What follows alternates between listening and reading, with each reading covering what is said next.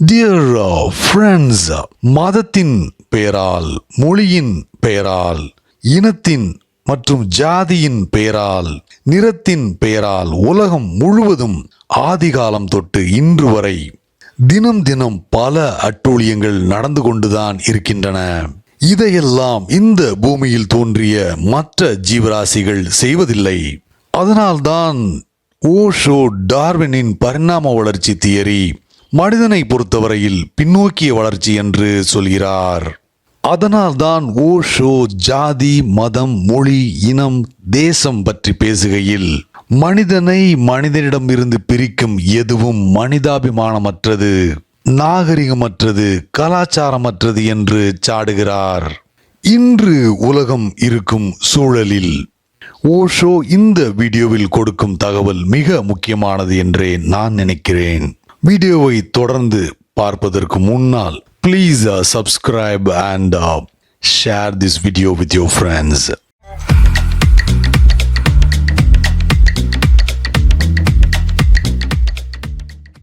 இனம், மதம், மொழி, ஜாதி, கருப்பு, வெள்ளை, இந்த நாட்டைச் சேர்ந்தவன், அந்த நாட்டைச் சேர்ந்தவன், இட்ஸெட்ரா இட்ஸெட்ரா, இவைகளுக்குள் எந்த ஒரு உண்மையான வேறுபாடுகளும் கிடையாது.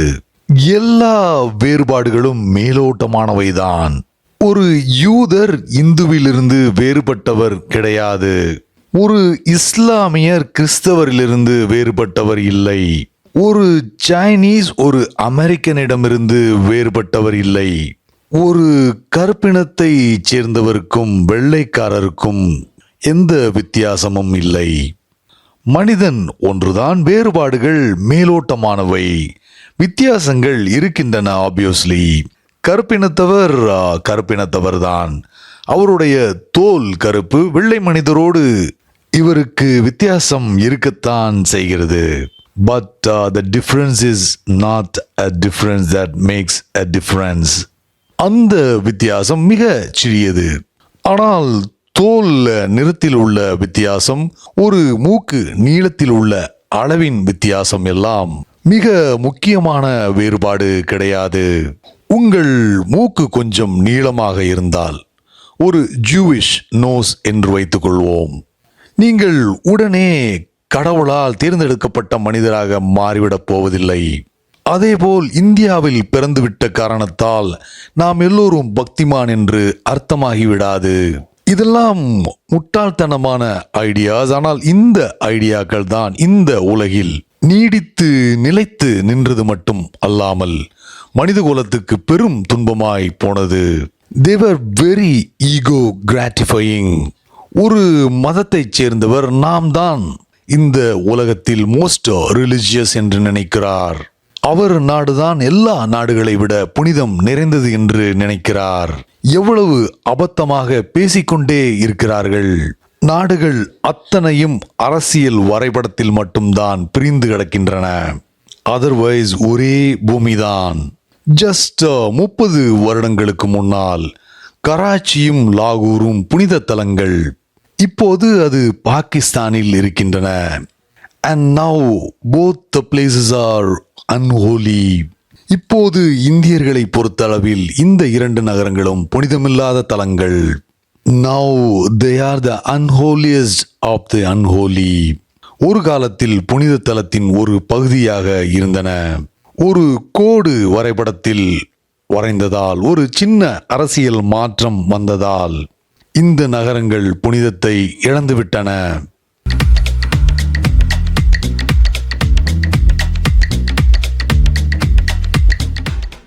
நான் கேள்விப்பட்ட கதை ஒன்று.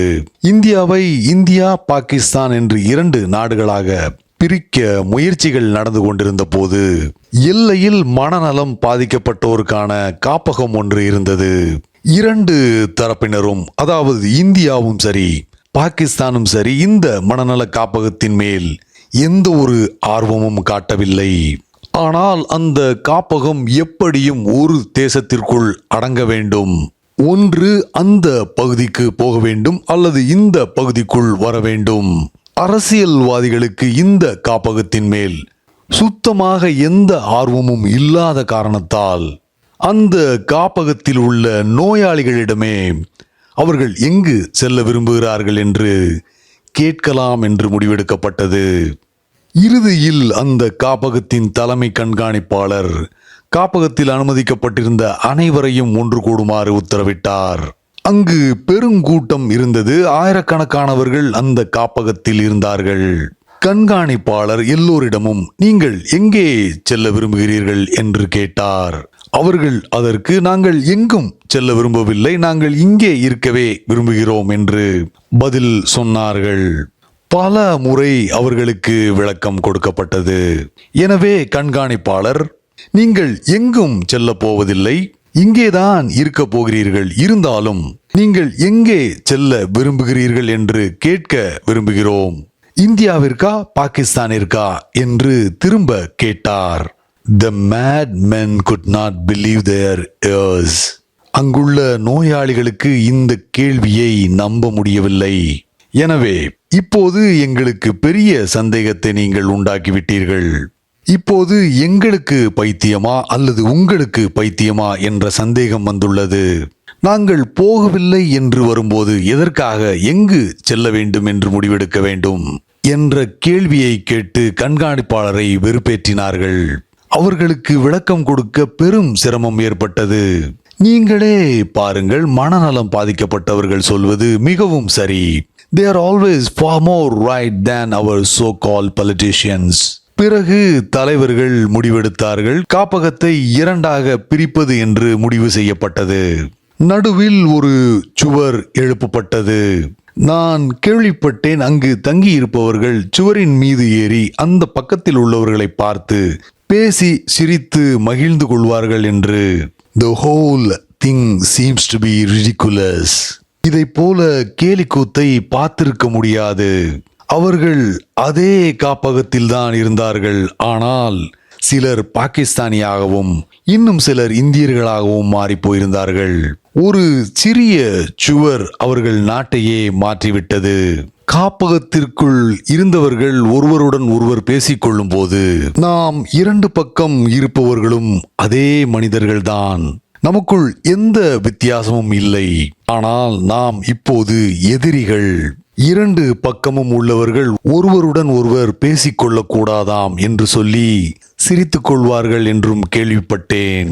அங்கே எந்த வேறுபாடுகளும் இல்லை.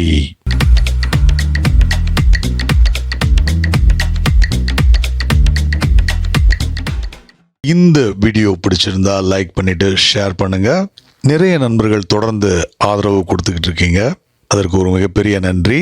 இந்த ரெட் கிராக்ஸ் சேனல்ல நிறையவே வீடியோஸ் இருக்கு. பார்க்காதவங்க அந்த வீடியோஸையும் பார்த்து உங்களோட கருத்துக்களை பதிவு பண்ணுங்க. Till then, take care. Bye.